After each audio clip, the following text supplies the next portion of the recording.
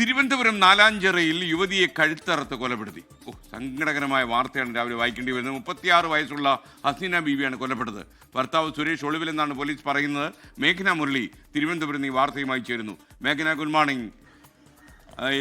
എന്താണ് മേഘന ഈ വാർത്തയുടെ കൂടുതൽ വിവരം? SKN അതിദാരുണമായ സംഭവമാണ് ഉണ്ടായിട്ടുള്ളത്. നഗരമധ്യത്തിൽ തന്നെ നാലാഞ്ചിറയിലാണ് ഭാര്യയെ ഭർത്താവ് കഴുത്തറുത്ത് കൊലപ്പെടുത്തിയത്. നമ്മൾ ഈ കാണുന്ന ഈ വീട്ടിൽ, ഈ 2 നില വീട്ടിലാണ് ഇന്ന് പുലർച്ചയോടുകൂടി ഈ സംഭവം ഉണ്ടാകുന്നത്. ഹസീന 36 വയസ്സ് മാത്രമുള്ള സ്ത്രീയാണ് കൊല്ലപ്പെട്ടത്. കത്തി കൊണ്ട് കഴുത്തിൽ കുത്തുകയായിരുന്നു എന്നുള്ളതാണ് പോലീസ് പറയുന്നത്. മണ്ണന്തല പോലീസ് സ്റ്റേഷൻ പരിധിയിലാണ് ഈ സംഭവം ഉണ്ടായിട്ടുള്ളത്. ഭർത്താവായിട്ടുള്ള സുരേഷ് 46 വയസ്സാണ് പ്രായം. അദ്ദേഹം ഒളിവിൽ പോയി എന്നുള്ള കാര്യം കൂടി ഇപ്പോൾ പോലീസ് പറയുന്നുണ്ട്.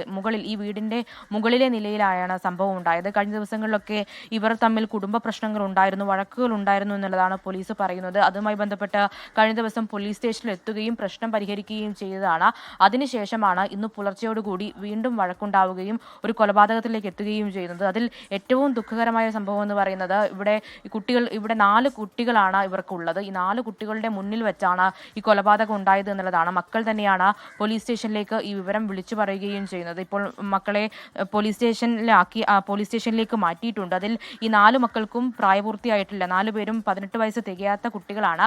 ഇവരുടെ മുന്നിൽ വെച്ചാണ് ഇത്ര ദാരുണമായ ഒരു കൊലപാതകം ഉണ്ടാകുന്നത് എന്നുള്ളതാണ്. ഇതിൽ ഇപ്പോൾ ഈ കാണുന്ന വീട് 4 മാസമായി മാത്രം ഇവർ വാടകയ്ക്ക് താമസിക്കുന്നതാണ്. അതിനു മുന്നേ ഇവർ താമസമില്ലായിരുന്നു. അതുകൊണ്ട് തന്നെ അയൽവക്കക്കാർക്കൊന്നും ഇതിനെക്കുറിച്ച് കൂടുതൽ ധാരണയില്ല. ഇവരെ അറിയില്ല എന്നുള്ള കാര്യമാണ് അയൽവക്കത്ത് നിന്ന് ആളുകൾ പറയുന്നത്. ഇവിടെ വഴക്കുകളൊന്നും കേൾക്കാറില്ല.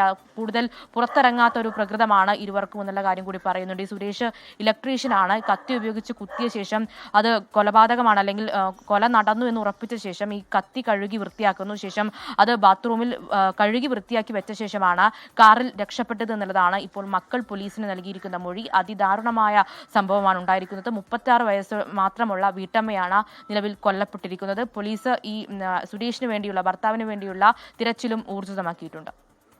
മേഘന മുരളി, താങ്ക് യു.